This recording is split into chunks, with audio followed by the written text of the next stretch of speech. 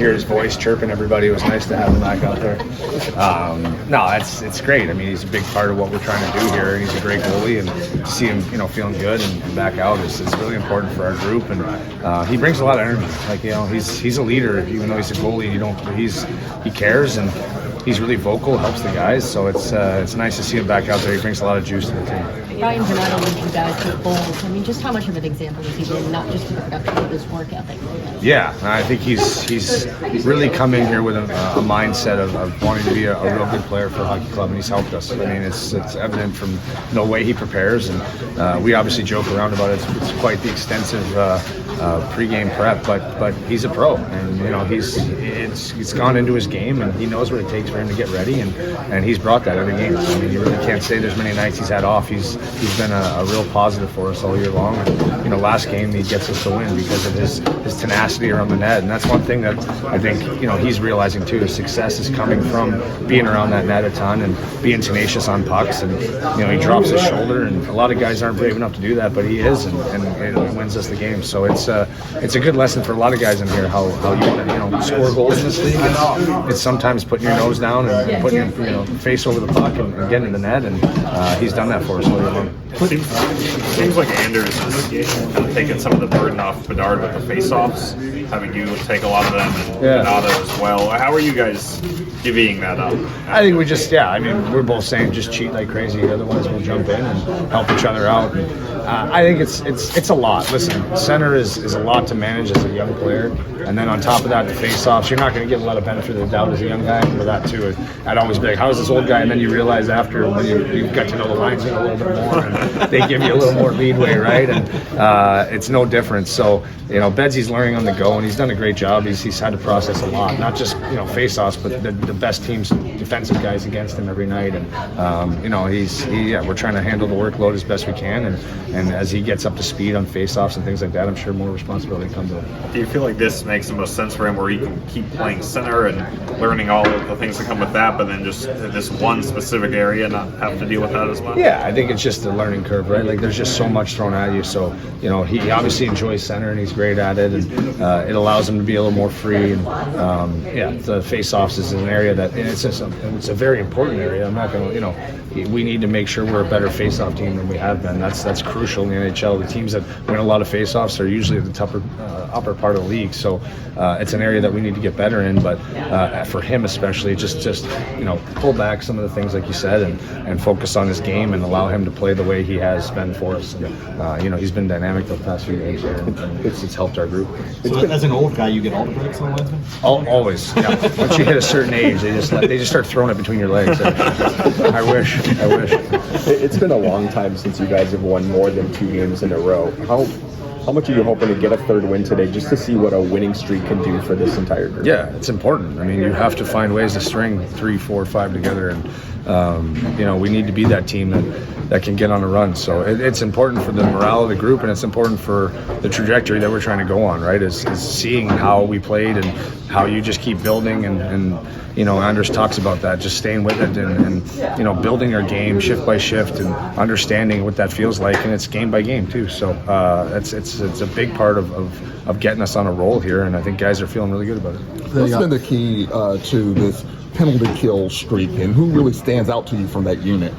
I mean, everybody. There's not one guy. It's our D that are doing the job. It's our forwards that are understanding the pressures. And I think there's a group of us that really just take a lot of pride in it, right? It's, a lot of the guys that are killing are not on the power play. So it's our chance to really impact the game and make a difference for our club. And it's been solid. And, some nights you feel like you do everything right and one goes in. And right now we just feel like we're really stiff and playing off each other really well and not allowing teams to really get to their game. And it's important when there's other teams' skilled players don't feel like they're touching the puck or getting tucked with time and space, it can leak into their 5-on-5 game too. So I think that's what we like about it too, is that we're kind of carrying momentum and getting it back in a PK and helping our team 5-on-5. The Hawks are celebrating and honoring Jeremy Roenick tonight. Oh, nice. So, that's awesome. Yeah, what did he mean to you as a North American, United States-born player?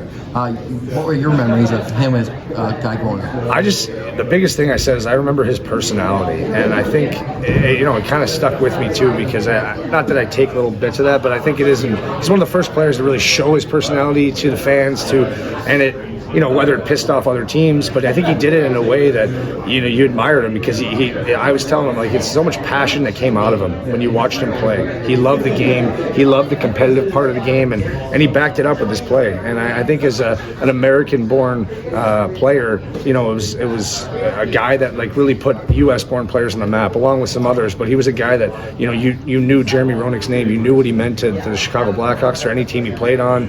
And he was kind of a larger-than-life personality. And it was really cool to see how he, guys gravitated towards him, and he brought on pressure to himself, and he was a hard player to play against for other teams, but he kind of towed that line of he had the great skill, but also the tenacity to play with, and it's a great honor to see him be in the Hockey Hall of Fame. Well deserved, and a guy that's will be remembered for a long time for the way he impacted this game. I'll have to ask about that, but Mrazek, I know he won't start tonight, but just how nice to get him back. I know he's pretty close here. Yeah, he looks good. He feels good, and had some good days here. So yeah, he'll be back up tonight. Is Seth still coming along? And yeah. Okay, is he going on the trip with you guys? He's close. He's close to it? Yeah. Okay. Ryan Donato, I don't know if any of us would have picked him to be leading goal scorer at this point, but at the same time, his production and work ethic, how valuable has he been to you guys? Yeah, I think the work ethic part and the compete level has really put him in those situations where he's been able to score some big goals or be part of big goals for us here the last couple of games. And I think that's his trademark, right? Like he's like a dog on a bone constantly, and it's great. To have Crevier out there at the end last game, you seem to have a lot of trust in him. And how have you seen him evolve and get to this point? Yeah, I mean, obviously we all see the size but in the range, and he covers a lot of ice, but also his position. He's really strong positionally, and he doesn't overreact. He stays in an area and defends that area real well because of his size, right? So yeah, we feel comfortable with having those in those situations. In your view, how has Jeremy Roenick impacted not only the game but the organization? Well, yeah, I mean, obviously a tremendous player, right? Like highlight reel after highlight reel, and really a competitor, right? Just from watching him when I was young, it's a huge part of this organization. So I'm maybe not the best person to speak about the whole organization, but I think it's obviously a Hall of Famer, right? And anytime you have one of those guys in the organization, it's an honor. Blackhawks haven't had a 3-game winning streak since before Bedard and Foligno and some of these guys were here. What would it mean to this team's psyche to get an actual win streak going? That'd be big, right? I think we've felt like last game coming back, there was a big step in the right direction. So let's take another step here. So. Since you took over, Nolan Allen's retrievals and exits, they all seem to be up. Is there anything you think he's benefiting from, familiarity with you? I think that helps. I think he kind of knows the principle of plays that we're looking for that we did in Rockford, or just the habits. He kind of knows what I expect from defensemen and how we want them to play in those situations. I think it helps him with familiarity for sure. With so many defensemen they've drafted, very offensive-minded, is there anything about his game that maybe sort of complements what they have Krajinski or Levshunov or Rinzel or whomever, that maybe he's, long-term that he has this path moving forward? Yeah, for sure. I think that's a big part of it. He kind of knows what he is, and he's got some, I hate to make a comparison, but he's got some Hjalmarsson-type qualities in his game, and obviously we know how that looked for years and years, but he has some of those traits in his game, so that should be a real good fit for some of these other guys. So since you took over, Bedard's been taking fewer face-offs, and you've had Donato and Foligno kind of helping him with that. Is there kind of a conscious effort to kind of take a little bit of the burden off of him with that? Yeah, I mean, I think we talk about it as a group, right? And some guys are better on their strong sides, and that's a work in progress in general for our group. I think it's not just him, right? We got to be better as a team on that, and it's not just the guys taking the face-offs, it's the guys around them helping out is a big part of it as well. So that line of scrimmage is an important part of the game. A lot of times those are 50-50 pucks, and we got to come up with more there.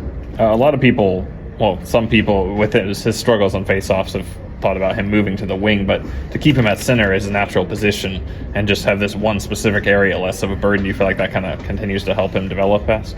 Yeah, I mean, we really like him in the middle. I think he's good down, plays in that area, getting the puck in motion through the middle of the ice, and so we like him in the middle, and then we got to work on the other part of the game for sure.